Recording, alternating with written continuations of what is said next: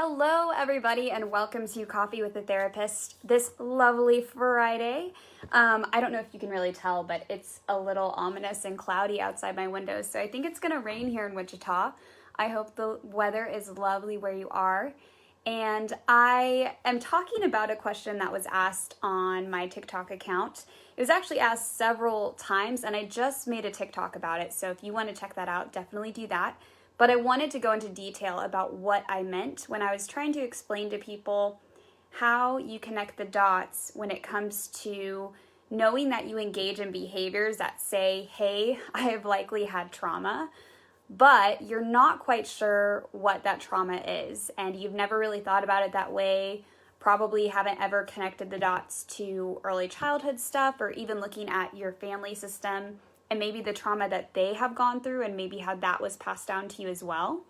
And so I briefly wanted to go over how we can connect those dots in different ways. I want to asterisk this that it's important that we're very careful in this journey because I would always encourage connecting with a therapist or professional who works with trauma specifically when you're on this journey, if it's at all possible, because they are the ones who are going to be able to give a language to it, connect the dots without having any sort of, well, not that we're like completely unbiased, but they don't have the same kind of bias that we do in our brains when it comes to creating different stories or connecting different narratives in our lives.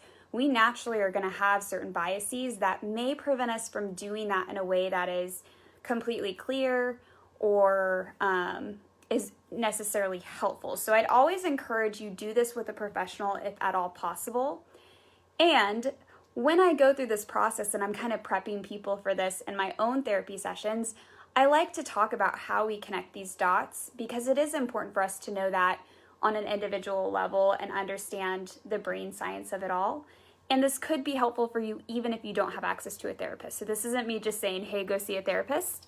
But I think with trauma work, it can get really sticky and messy, and I want to be 100% real about that. That if you find that at any part of this process, it's getting really sticky or messy, or you're not quite sure if you're connecting the dots well, go see a professional if you can.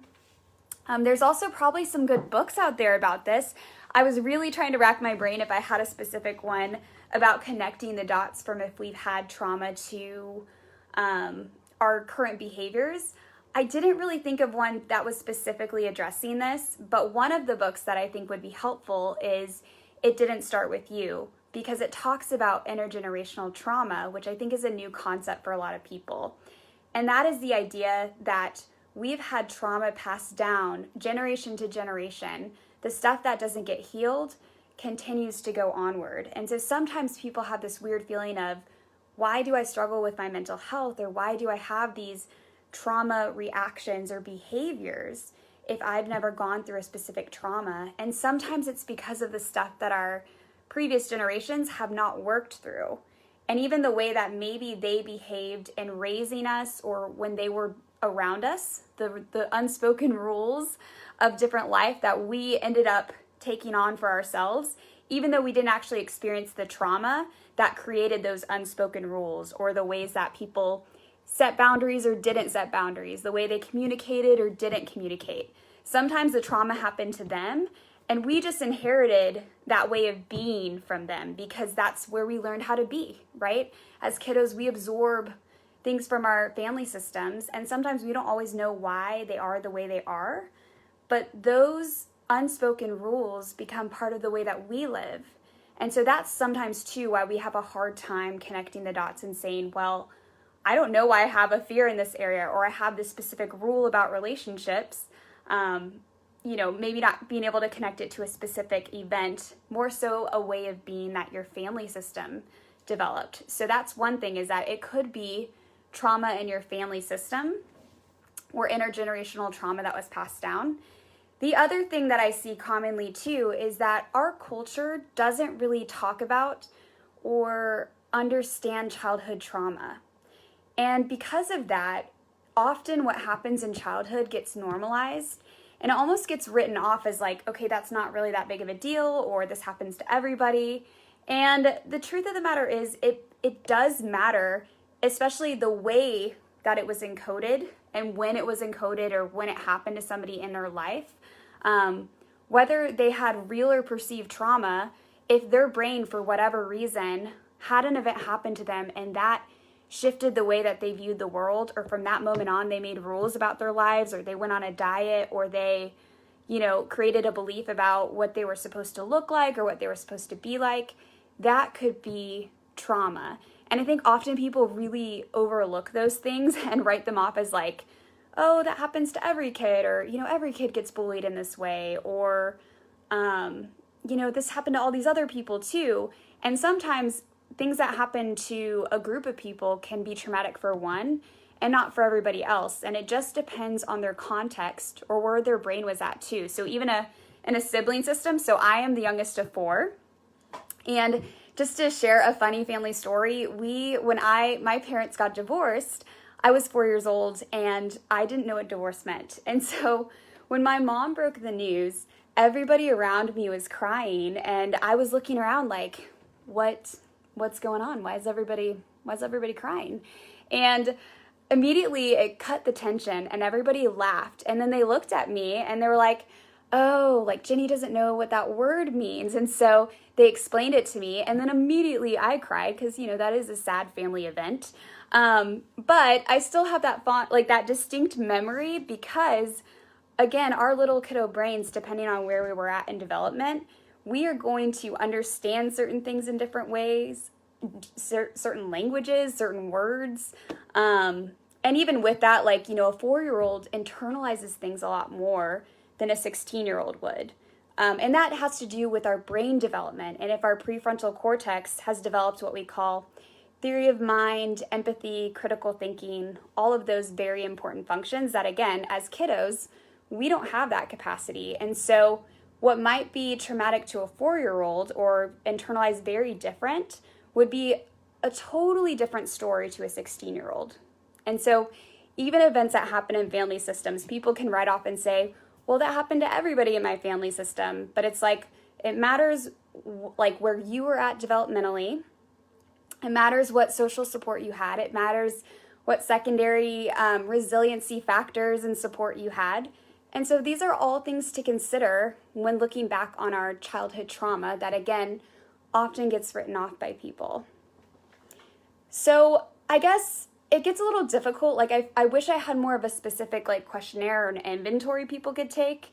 I know the ACEs study could be very helpful. All of the ACEs, if you answer yes to any of that, that could be potential trauma.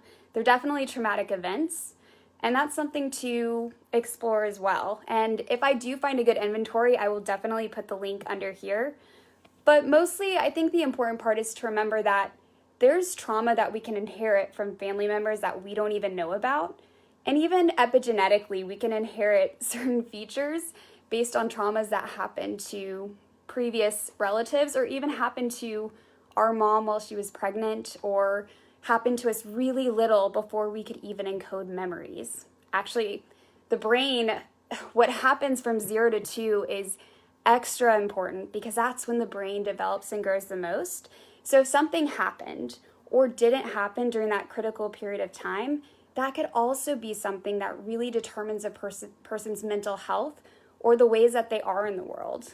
Now, again, the good news is that we can typically heal most of these things, and that relationships can be healing, therapy can be healing, time experiencing safe environments can be healing. But I also think it's important that if we are struggling to connect the dots and we're like, I don't think I've had trauma in my life, that we work with a professional, especially if we are engaging in behaviors that show us that we may have unresolved trauma. It's definitely worth exploring. I wouldn't write it off because, again, I think a lot of people just don't quite know exactly what trauma is. And because of that, and they don't know the nature of trauma, they don't really identify with having trauma. Even in my own journey, I remember at first I didn't think I had any sort of trauma either. So it was definitely a journey for me to really understand the different events in my life, and even ways that I perceived the event because of my little kid brain that, became a trauma that changed the way that I viewed the world and the way that I engaged with the world. So I hope that helps explain it a little bit better.